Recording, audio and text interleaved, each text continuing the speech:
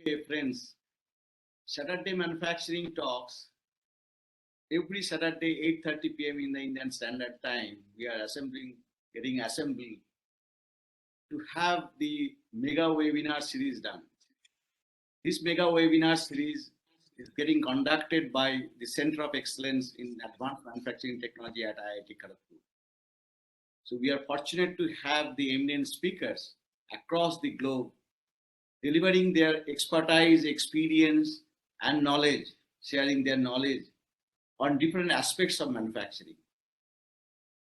Today, we are very much fortunate to have a speaker who has spent a huge amount of time in his career in the industry. And the topic is very much interesting. That is health monitoring of cyber physical systems. You all know that today's era is the industry 4.0.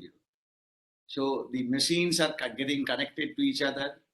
The industries are getting connected to each other. So every moment we are getting huge amount of the data. We are working on the data, processing the data to get more insight about the process, to get to know that how the health of the machine behaves, what will be the remaining useful life of the machine. So on this interesting talk, we'll be listening to Professor Swaminathan Gopalswamy.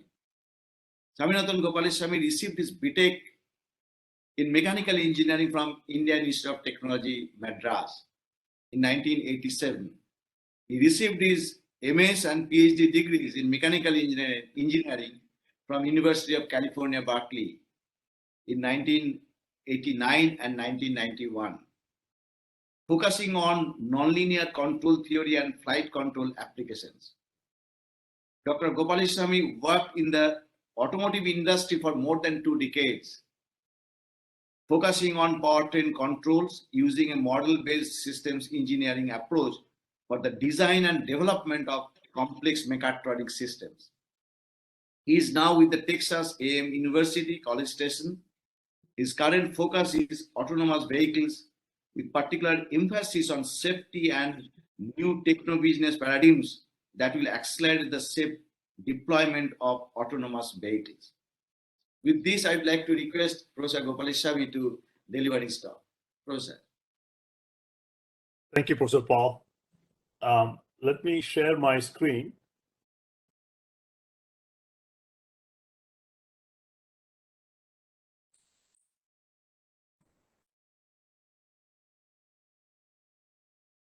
Are you able to see my screen okay? Yeah.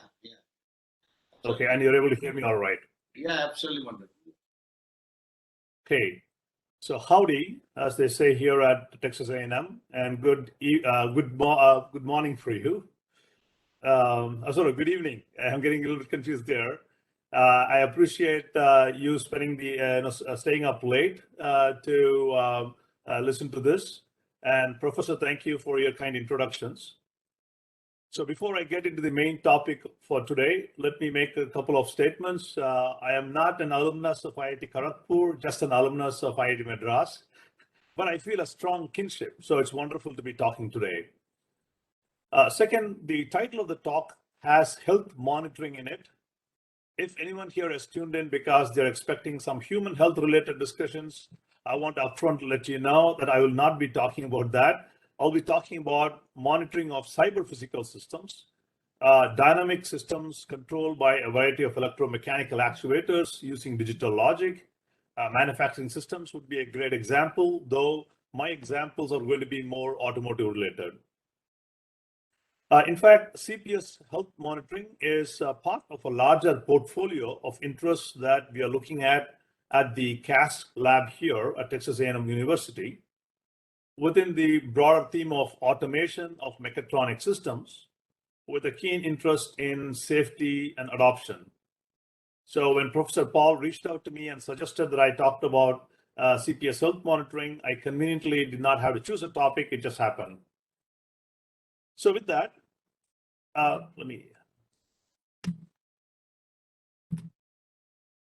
Okay, so I want to start by looking at a few examples of what I consider as cyber physical systems. A modern day automobile consisting of several electronic computers performing a variety of tasks, but talking to each other and remaining coupled. A flight control system, again with a variety of sensors and actuators, multiple compute resources communicating with each other, interacting with the pilots, both digitally as well as physically. I realized that when I made these examples, I forgot one important example, which is the manufacturing systems. I apologize for not bringing that up, but clearly, as Dr. Paul mentioned, a manufacturing system is an excellent example of a cyber physical system. We have swarms of robots, trying to support large-scale agriculture. Maybe a team of robots operated by multiple physicians, logic leveraging both human and computer brains, network, and working on a common human subject. All these are really different examples of cyber physical systems. What is common in all these? They are all examples of various manifestations of mechatronic systems where a variety of physical disciplines, mechanical, electrical, etc., come together with electronics and digital control to perform useful tasks. And a cyber physical system is really a network of physical and computer systems with various mechanisms for communication through the network. And so really it's a collection of possibly disparate physical systems connected by a communication network. And a remarkable similarity in all these is that they are all system of systems. And so in turn are characterized by a very high degree of complexity. This complexity is there in almost every field. I will focus a little bit on automotive systems because of my background there, but definitely you can imagine it's equally applicable to manufacturing systems also. So if you look at automotive systems, the many modern automobiles contain 100+ million lines of code. This is a very large number, and anyone who has done any kind of programming should relate to the enormity of ensuring that such a large code base is error-free. But it's more than just the size. The complexity of such code is also humongous. It's developed by hundreds or even thousands of engineers, separated by time and space over decades across the globe.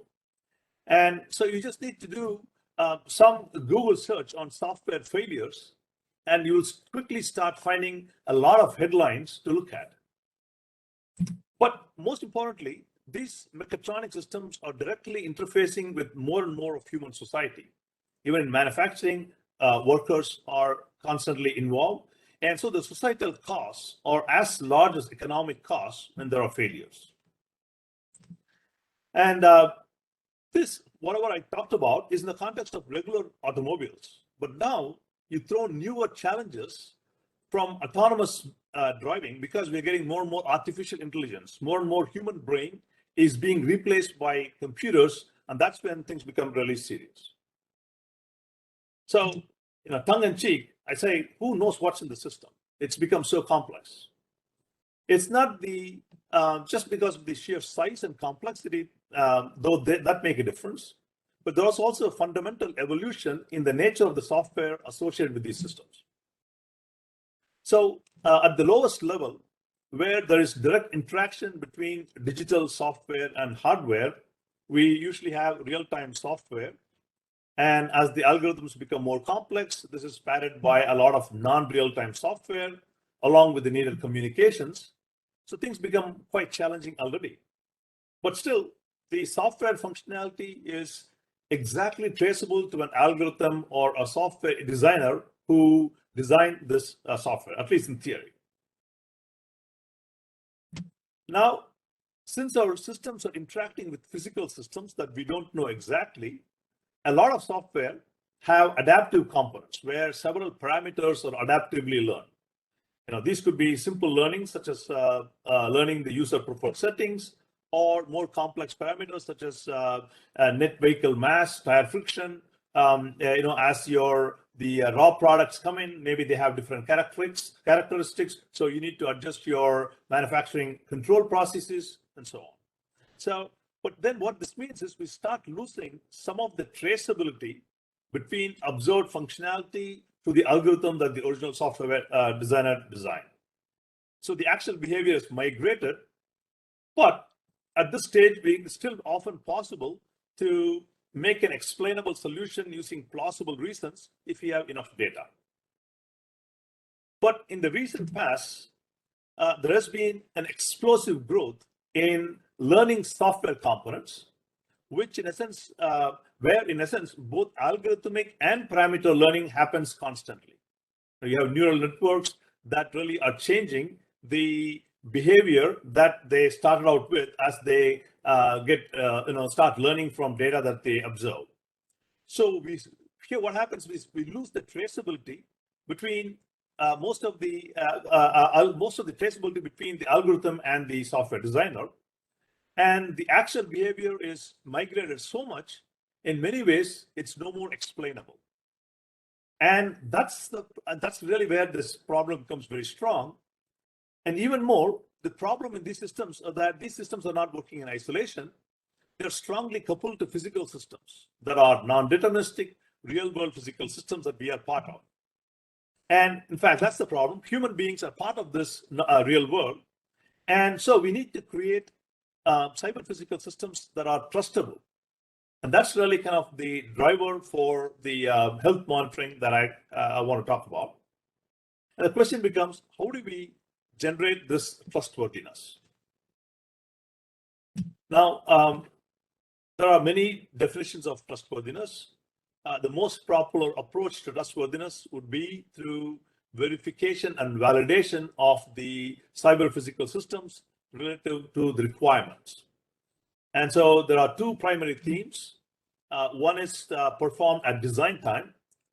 This is practicing good requirements engineering processes that falls into the broad category of model-based systems engineering.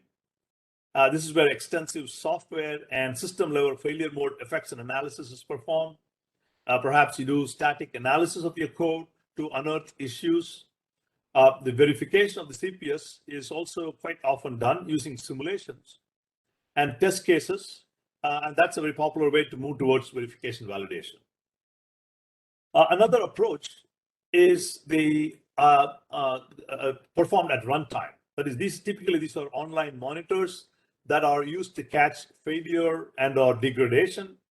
They're also used for graceful recovery and or performance downgrades.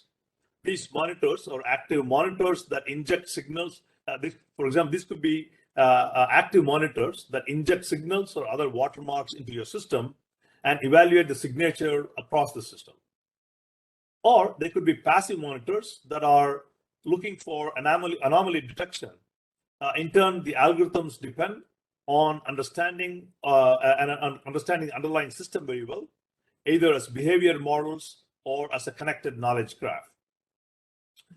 A challenge in doing the above is multiple-fold. First and foremost, CPS cyber-physical systems are extremely large in scope and complexity. Therefore, design analysis such as formal code analysis is often impractical, as the curse of dimensionality makes the computation really intractable often. But also, CPS, cyber-physical systems, are fundamentally non-deterministic. CPS involves unpredictable events. For example, some worker might press a button accidentally or on whatever reason in a very unpredictable fashion. Furthermore, because CPS are continuous time systems, it is not possible to perform exhaustive simulation-based verification. You cannot provide 100% coverage for continuous time systems. We could do that for discrete systems. But on top of all these challenges, as we already discussed, modern software includes evolving software, a software that is learning and changing itself. That makes it very difficult to anchor requirements to the software that's being made for, making verification a huge challenge. That is the context in which we said, okay, we need to come up with a way of understanding the goodness or health of our cyber physical system. And towards that, this is kind of a concept that we are proposing.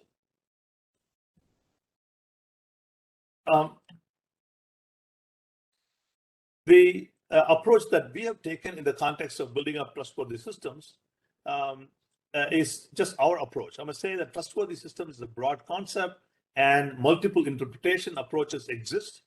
And so what I'm considering should be considered in the narrow scope that I'm defining it. Trustworthiness is a measure of confidence in the system.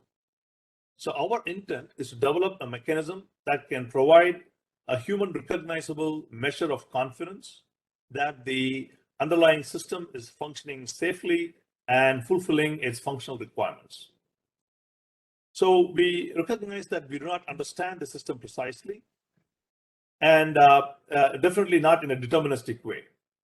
So this is especially true for behavior that's outside of the boundary of desired behaviors. However, subject matter experts, SMEs, system designers, engineers, the manufacturing engineers, they have a mental model of the evolution of the system's non-nominal behavior. And that's what we want to capture. We want to capture this mental model into a probabilistic Markovian behavior of an underlying health state of the CPS. So we define a state H that can be a set of values from a set omega, and we will treat this omega as finite and make it correspond to human recognizable values. For example, the internal state could take on values good, bad, or okay. So, and that the idea is it makes it human understandable. It facilitates human decision making. It can be more than just 3. It can be multiple more values, but it needs to be human recognizable. The subscript T refers to the fact that we consider this health state to evolve over time. And so HT refers to the health at time T. Now, this health state is clearly an internal state that is not observable and it is hidden. While the health state is hidden, there are likely key performance indicators of these cyber-physical system that the system would be designed for. There are many sensors that are available, so you will be making a lot of measurements. So we will leverage these sensors, these key performance indicators, to provide a health measurement for the CPS. So we will use the superscript M to refer to these health measurements that are not the same as the health status, but they are reasonable indicators. So the analogy could be the body temperature of human beings is a good indicator of an underlying status, but is neither the same as the health status, nor is it a 100% correlated measurement. And we will consider the evolution of the health as a Markovian process. So using the health measurement as the observations, then trustworthiness is defining the probability of health status of the CPS at any time. So that's our approach. So a little bit more into detail, the health state HT is an internal, potentially a vector variable that reflects the effect of all the history of the CPS up to and including time T, and will be then able to represent the future evolution of the CPS given all the measurements. As we already mentioned, we will treat the health state as taking finite values from the set omega. This, we believe, will facilitate human decision making. And such a discrete representation will also naturally facilitate algorithmic decision making. We recognize that the health state is neither measurable nor deterministic, and so we treat it as a stochastic or random variable. Therefore, health state will be characterized by its probability distribution over omega. And now we say the subject matter experts on the CPS, or SMEs, will define the stochastic evolution of the health state. So this is essentially defining how the probability of the health state taking a particular value evolves over time. So let's take the simple example of omega containing only 3 possible values, good, bad, and okay. then the probability of the health status being good at the current time, given that the health status was good the last time around, would be defined by the subject matter expert. So this is clearly a characterization of the CPS. And if you are talking about a consistent, repeatable process, for example, in a manufacturing context, perhaps this probability could be very high. If you are talking about this in an extremely volatile process, this probability could be very low. So such a capture of the probabilities across all possible states of the health is the state transition matrix gamma, and expect this to be defined by the subject matter experts. So here's a simple example of a three-state valued health state. So if you look at the first row of the matrix gamma, we see that here it says that if the health state is already good as of the last time instant, then the likelihood of the health state remaining good at the next time instant is very high, though not 100%. It is specifically 98.9% good. The likelihood that the health state becomes okay in the next time instant is about 1%. And there is still a chance that the health state can become bad at the next time instant, even though it's a small possibility. So we can continue such an interpretation for all the possible scenarios. And this is where the domain expertise of the SMEs come into play. This is not very different from typical risk analysis that is done in any large system, where a group of experts come together to collectively assess the risks and exposure severity of various risks in the system. Now, as the scope of the systems becomes larger and larger, it's convenient to decompose the system into a set of interconnected systems. So in such a case, the responsibility of generating the health status for the individual subsystems can be delegated to those subsystems. The question then becomes, how do we consider the combined health of the parent system? A first step towards that is to consider the health status of the parent systems as a direct composition of the health states of the individual subsystems. So that's the health status vector now is a concatenation of the health status of the individual subsystem. So in this case, I see HT is just HT1, HT2, and so on till HTN. So in this case, the size of both the health status vector as well as the state transition matrix gamma increases based on the number of the systems. So when two subsystems are connected, what is important to understand is that when state 1 is sick, if it will make state 2 fundamentally sick, or if it will only that the health measurement of state 2 would indicate sickness, but state 2 would not directly change. This relationship is capturing the impact of information flow between the subsystems on the memory states within the system. And this is really something that is the responsibility of the SMEs. So sometimes if you have system 1 and system 2 dependent on each other, if system 1 fails or is sick, system 2 may not be sick, but it'll produce an output that looks like it is sick. And that is something that we need to capture, that's captured by the SMEs in this gamma. So if for example, I can give a simple example. In this example, it's a two-system example. We see that S1 is statefully independent of S2, i.e., the state of the system S2 does not have an impact on S1, how the state S2 is statefully dependent on S1. There might be a memory variable that is set depending on the health state of S1, and that's reflected in the gamma 1-2 term. We talked about the health state composition from a set of decomposed states, but we also often would not want to carry the burden of knowing all the information from the underlying states across the hierarchy of systems. In this case, we would like to abstract out the underlying health status. So in the figure, for example, H1, H2, H3 represent the health states of the underlying decomposition.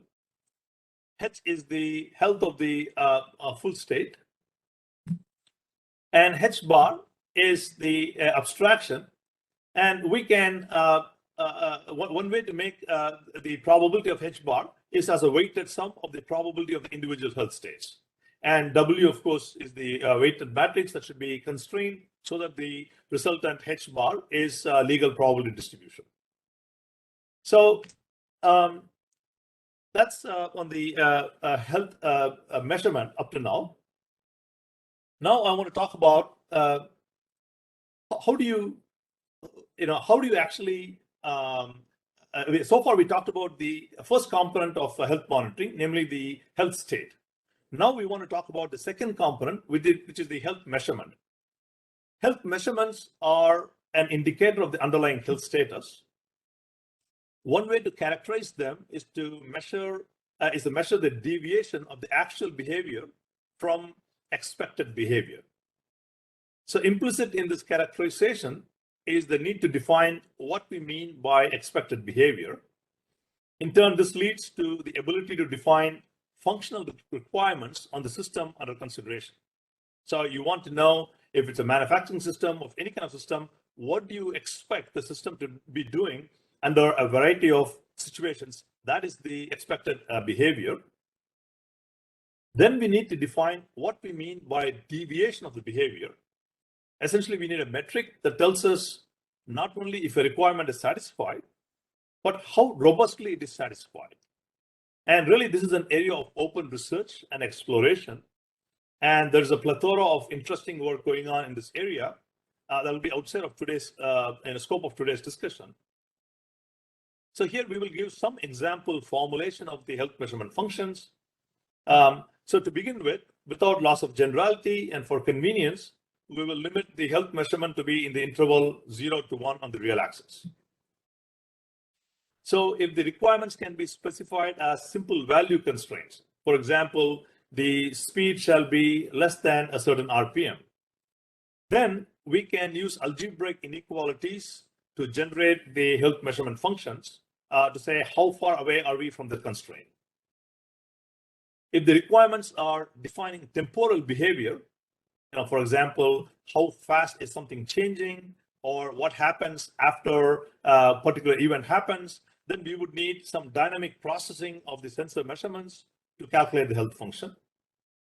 If the requirements are defined through formal approaches, such as signal temporal logic, we can try to adopt correspondingly formal measure of satisfaction metrics. But it's not sufficient to just define the health functions. We also need to say what is the dependency between the health function and the underlying health status. This is defined through the conditional probability. So, here's an example that shows what we mean. The probability of a health measurement taking any given value, given the underlying health status, is shown in these figures. In the example, you can see that there's a correlation between being good and the value of the health measurement being close to 1. However, a health measurement can be close to 1, and still there could be a non-zero probability that the underlying health status is not good. This is the kind of relationship that will be defined by the subject matter experts. Is basically say, given a health measurement, what is the probability, or rather, what is the probability of any given health measurement given an underlying status of your health state? Once we do this, okay, before I go, I also need to say a natural way of extending the definition of the health measurement to interconnected systems is to define the probability of the measurement jointly conditioned on all the underlying health states of the parent system. So as you can see, we say the probability of HM given H is the probability of HM given all of the entire vector that characterizes H. But often we know more about the dependencies on the subsystem. If we know more about the dependencies of the subsystems, we can recognize, for example, if there are two subsystems, S1 and S2, and let's say S1 is strongly dependent on S2, then we can say conditionally that the measurement does not depend on S1 if you already know enough about S2. These kinds of relationships, again, require participation by SMEs, but they will significantly reduce the computational load that we will have in carrying out the monitoring, So now that we have defined the concept of the health state and the health measurement, the actual measurement, the actual monitoring is a relatively straightforward extension. It's a implementation of the recursive Bayesian estimation that you probably are all quite familiar with. Essentially, you say that the probability of my system having a certain health, that is my confidence of the health status taking any particular value at any given time, given all the measurements of the health up to that time, can be recursively calculated using this Bayesian approach, where we have this measurement model, which we just talked about, which is defined by the SMEs, which says what is the probability of my measurements given underlying health status, and what is the transition model that tells me how does the health state evolve over time, and the previous value of my the previous value of my understanding of my health state. So this would then allow us to say, okay, over time I can say, okay, right now it is bad, maybe it is it's in an okay state, or it's in a good state, and so on. And for each of them, there will be a corresponding range in which the health measurement would show up. So this is the basic principle that we have adopted. And this, and as the basic monitoring algorithm now can be extensively, implemented for a large system in a very hierarchical fashion.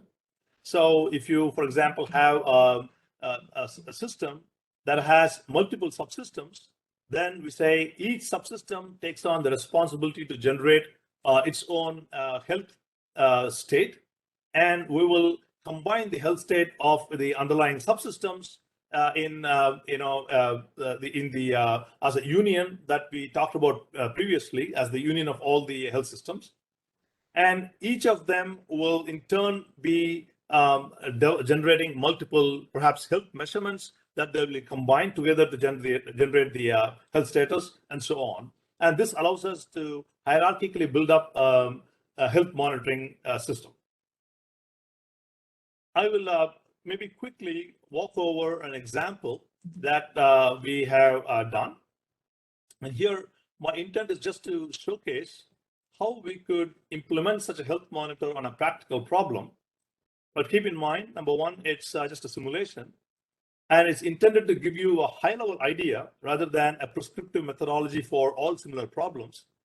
The problem for different applications really requires the subject matter experts to define the decomposition of the problem, as well as the the state transition matrices and the health measurement model. So here we will consider autonomous parking problem, specifically autonomous navigation in a parking lot, where you start from some point in a parking lot and have been given a location to go to, and the vehicle has to find its way to the location without hitting obstacles. This is not really that special problem. There are very comparable problems in modern manufacturing systems. You have automated carts transporting goods from parts from one place to the other. The unmanned guided vehicles, and you will be given it has it may not have a GPS, but it might have other means of sensing its location. So some of these concepts can readily translate to many manufacturing systems also. So in this case, we will assume that the vehicle is capable of drive-by-wire. And again, we'll assume in the simple case that since the onboard GPS, an IMU, and a 2D LiDAR to help the vehicle navigate. We will follow the standard sense, control, actuate, and actuate paradigm. So the sensing system observes the world using its sensors and creates a situational awareness that is then used by the control subsystem to generate commands. And these commands are then translated by the actuation block to generate driving commands. And in this case, we'll simply focus on steering. But the key point is that for each subsystem, we have its own monitor that are generating the individual subsystems that are then combined into the larger monitoring, for the entire the full system. In order to test this, we're going to do the testing in a simulated environment, and so we inject different types of faults in order to see how well the health monitor performs. So one thing to note is that it is easier to inject catastrophic failures, because there are many programs today that can definitely identify catastrophic problems if you go and collide. Of course, that's a problem. There are many ways to detect it, and it's then you stop the entire system. But often there is a long period of time over which things start degrading. And what you want to hope to do is to see, can you identify that things are getting bad, even though there's no perceptible damage to your system at this time. That is kind of really what we are trying to capture. So it took some time to identify the right level of faults to be injected so that they mess up the system, but at the same time, they don't result in catastrophic failures. So in this case, we looked at a few things. The GPS precision is usually, depends on the availability of the sensors, the calibration that happens initially, and so on. So we wanted to introduce high or reasonable amounts of GPS precision fluctuation. We introduced some LiDAR spoofing, where we suddenly lose a bunch of LiDAR data points. Because we assume that somebody has maliciously tried to spoof your LiDAR. There could be, control system parameters that were somehow not tuned for the system that you're working with. So you might have decided that your surfaces are of a certain quality, for example, the tire road interaction, or, the operating condition might have been tuned for a certain point, but over time, something has changed and the control parameters are no longer meaningful. So we introduce control parameters changes, and we could have actually some noise. In this case, steering noise is very common, because of maybe pump noise in the steering pump, or maybe the road conditions are very rough, and that introduces noise. So we kind of capture that as actuation noise. And here, my intent is not to actually go through these equations, because that's not relevant. The idea is to say we need to come up with, this is where the subject matter experts become very important. We need to say, for the different modalities, you need to identify as many health measurements that you think can make a difference in your system performance.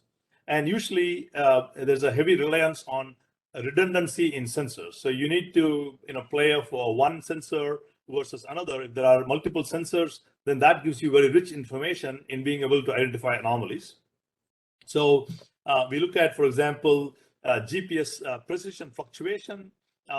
In this case, we say typically the GPS fluctuation needs to be high in the initial stages when you turn on your system until things stabilize. And so we want to capture that. Or maybe you, something happens and you lose your GPS connectivity for a while, and then you get it back again. Again, you need to recognize those situations. We also have GPS drift.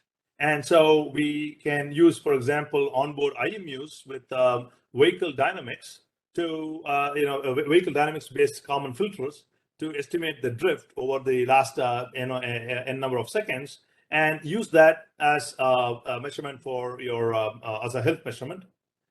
You can likewise look at LiDAR spoofing. In this simple case, we look at processing, where we look at the delta, there is the time difference time differential in the number of LiDAR points that we get as a measure. And these are all specific to what this student did for this particular problem. But the subject matter experts would now define these health measurements. And I'm trying to just say there are different types of measurements that are possible. Another measurement is, for example, if you want to look at some dynamic event, like looking at the oscillations, you could look at event counts. Event frequency can be used in your health measurement distance, or just, of course, plain algebraic distances, like how close you are to obstacles. Or you can do more fancier processed information. So you don't just take any signal from the measurements, but you may calculate, for example, the signal to noise ratio, or maybe it's available from some other calculations. You can use that to identify your system health deteriorating over a period of time. So this is just actually just a quick animation of the simulation environment. So you have a vehicle that starts from one point, the green dot, and goes all the way to the red dot. It's got the scanning LiDAR, it's got GPS, and it's trying to figure out the path that does not hit any of the vehicles while it traces its path towards the endpoint. The different colors on the line path simply show segments where different types of faults have been injected, and we will then look at the results as we go around the full maneuver is completed.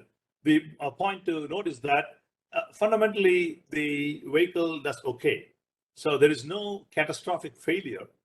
However, there are a lot of hidden health issues that can be uncovered by carefully generating a monitor. That's the point that I'm trying to say. Even in manufacturing systems, as things become very complex, your interest is not in identifying when things fail. That's too late. You want to try to have some kind of prognostics, some kind of health measurement that says when things are beginning to fail and work backwards. So in this case, this is the some results. So each segment in this example, the color represents a 10-second segment, and what you see is that there's initially a large GPS dilution of precision that results in the sensing subsystem not doing good in the beginning, and likewise towards the end, as the GPS drift kind of starts increasing. At some point, the GPS, health stat becomes, you get a strong sense that there's a problem.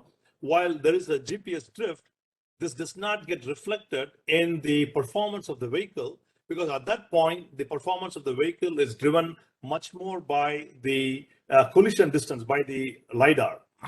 So the LiDAR is able to guide the vehicle to its final parking spot, and therefore the fact that there's a big GPS drift is not reflected in the functional qualities of your system. But we cannot be fooled by that. We have to kind of also, by having a good monitor, we can identify that there is an actual problem that we need to be aware of and take a look at. Likewise, in this case, if you look at the control system, we have control and calibration. Control calibration is there's a problem with both in obstacle avoidance and steering control, and that's reflected in fluctuating status of the underlying health system. And we can, of course, capture that all in a summary at a high level, which can give a quick snapshot for the, let's say, the operator, systems level supervisor, system supervisor, who can make a quick call and say, hey, there's some problem. We need to go back and take a look at what's happening. So I think I want to summarize probably, just about, a few minutes. I think what we did is cyber physical systems are really getting ubiquitous and touch humanity in multiple ways. It's automotive systems, aerospace systems, new systems like agricultural, automation, manufacturing systems, of course, and healthcare systems. And when the word healthcare is used overly here, but I mean medical systems, right?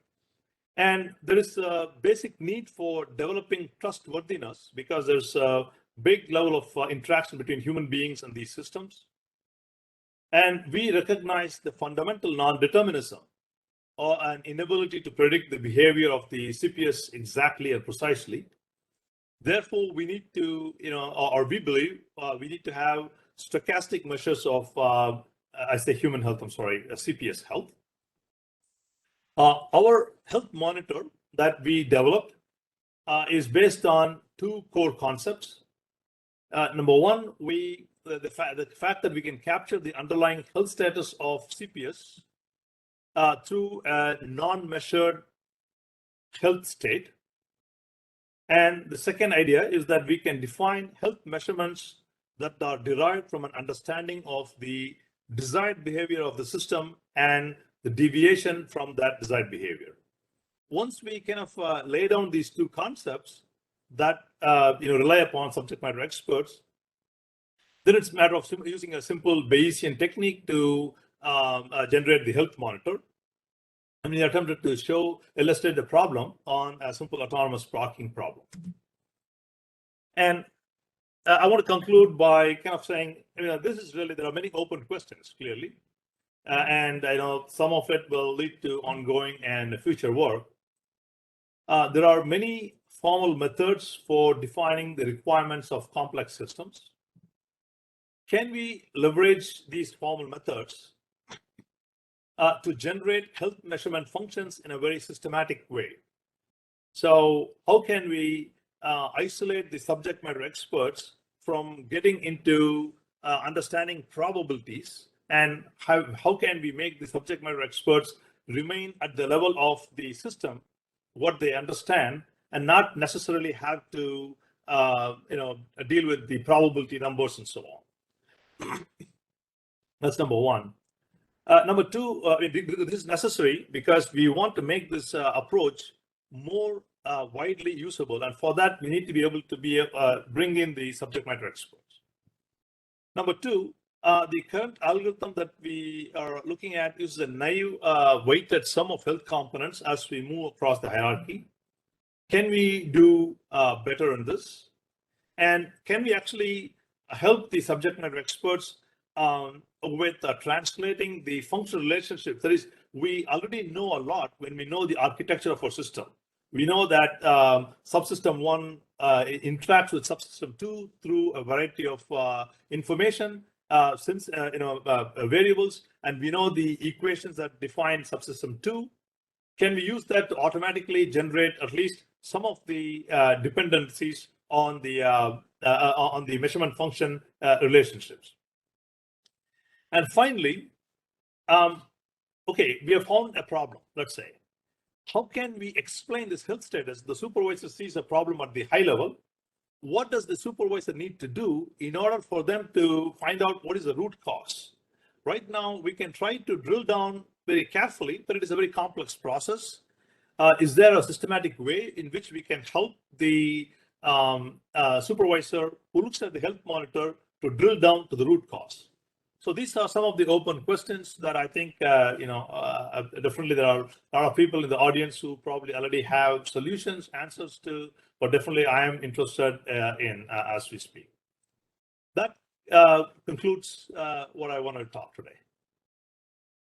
Yeah, thank you, Professor. Yeah, it's a very in-depth analysis that you have made on the monitoring of the cyber-physical systems and health systems.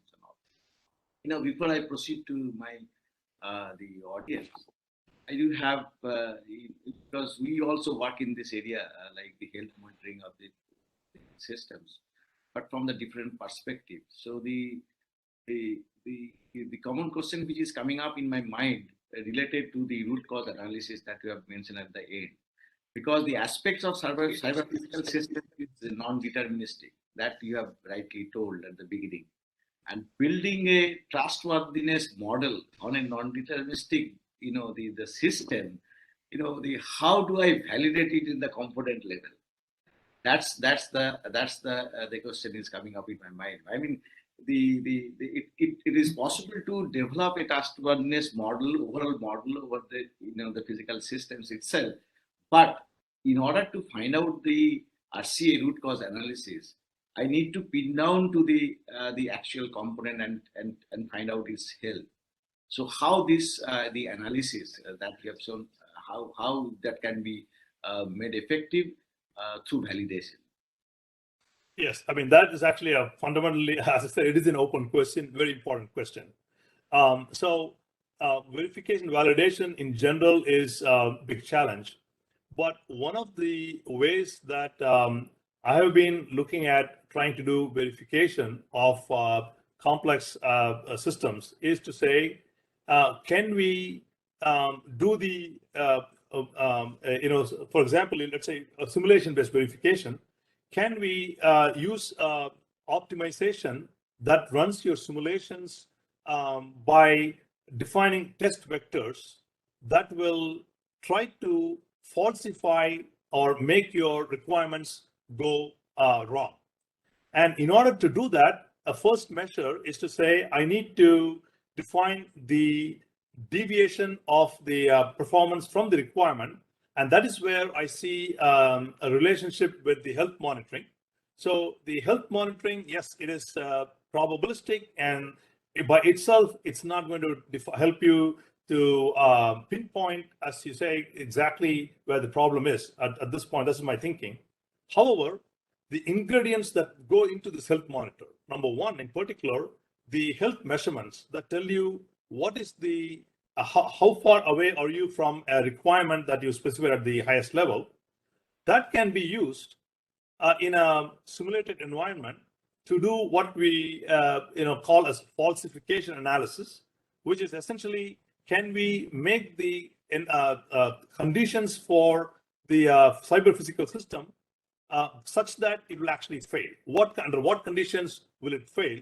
And that implies, number one, first of all, you need to have a very realistic simulation model.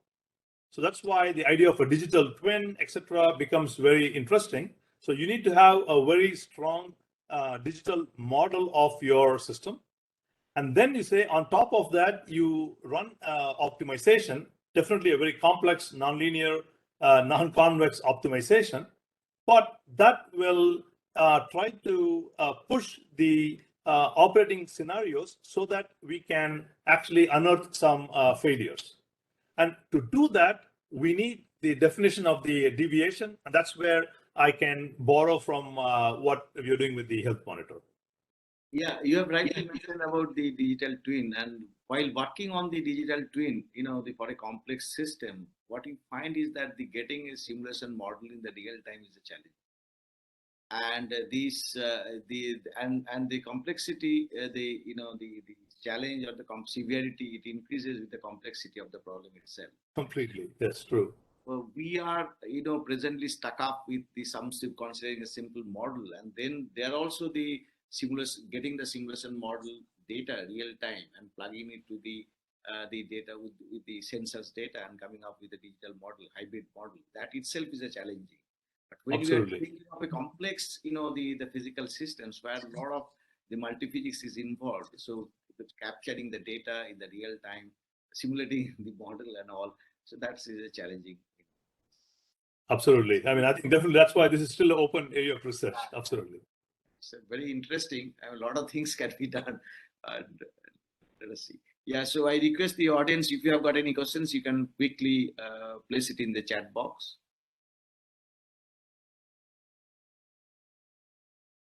But you have made a very interesting analysis. Yeah, that's wonderful.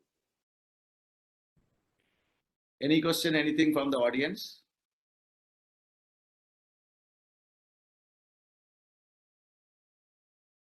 I think there is no question anyway. So the process, I mean, we are very fortunate to have you today, and your talk was absolutely wonderful. And I appreciate the opportunity. Yes. And at the same time, our Center of Excellence, in Advanced Manufacturing Technology, it's an industry-focused R&D center. So we work in the field of the materials, the information, additive manufacturing, and Industry 4.0. So a lot of industrial projects are getting done. We are also giving training to the industry people. And so I'll discuss with you later on and tell you that what are the projects we are doing it, what sort of what we are executing. And if we find a commonality, the interest, then we take it forward. Absolutely. Yes, I look forward to our conversations. So one question Thank you for that. is there. Yeah. Talking about optimization, do you follow any sequence of heuristics or algorithms? That's the question. For the optimization, no. I mean, our problems are so complex. If we did not have enough structure on the problem, we would go with genetic algorithms. But if we had more structure, then depending on the structure, we can use specific optimization methods. So far, we don't have any. My focus is not optimization. My focus is on generating the cost function, if you will, for the optimization, and then we use optimization engines that are meaningful for the problem at hand. Any more questions for anybody else? You can take off one or two questions very quick. Close to the end. Okay, if not, there is no more question. Thank you so much once again. I request Ananta to let us know about the speakers for the next the week. Okay, thank you very much. Ananta, quickly let us know. Yes, I'm sorry.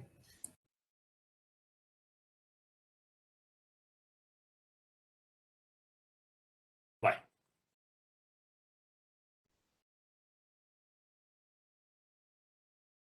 Thank you, Professor. Yeah.